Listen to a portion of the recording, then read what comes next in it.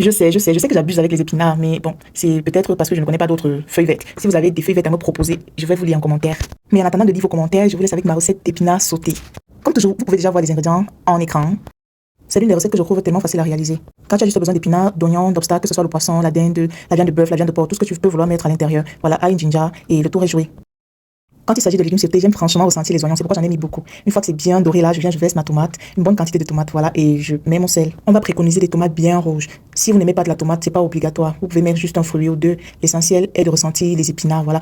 Là, j'ai versé mes épices, donc chacun a le choix de mettre les épices qu'il aime.